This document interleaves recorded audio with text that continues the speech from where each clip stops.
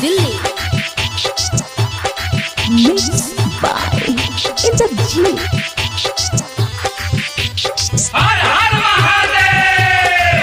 देख भीड़ कंवरियन के लागल बा, गाजा भांग पी के सहबे पागल बा। देख भीड़ कंवरियन के लागल बा, गाजा भांग पी के सहबे पागल बा।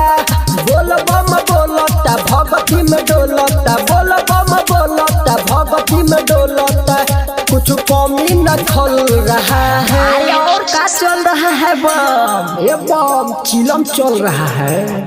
सावन में गाजा चल रहा है, चिलम से धुआं निकल रहा है। सावन में गाजा चल रहा है, चिलम से धुआं निकल रहा है।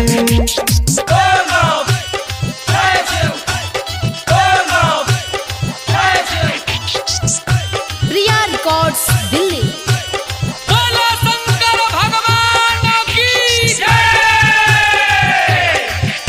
सावन के पावन महीना में जाता सब देव घरवा हो, पिके कंवरिया बाबा के बूटी गुजेला शिवन नगरिया हो।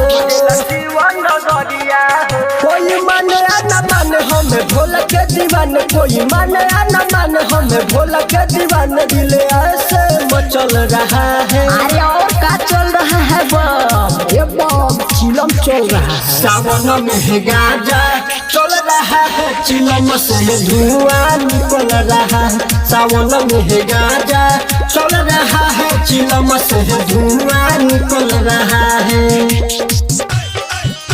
चिलम से धुआं निकल रहा है।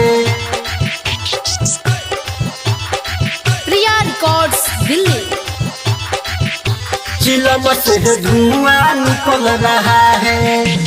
सुबह सुहाना के बहजता गाना, सब कमरिया हिलावता। इंद्रजीत उपेंद्र दीपक गाजा में सुरती मिलावता।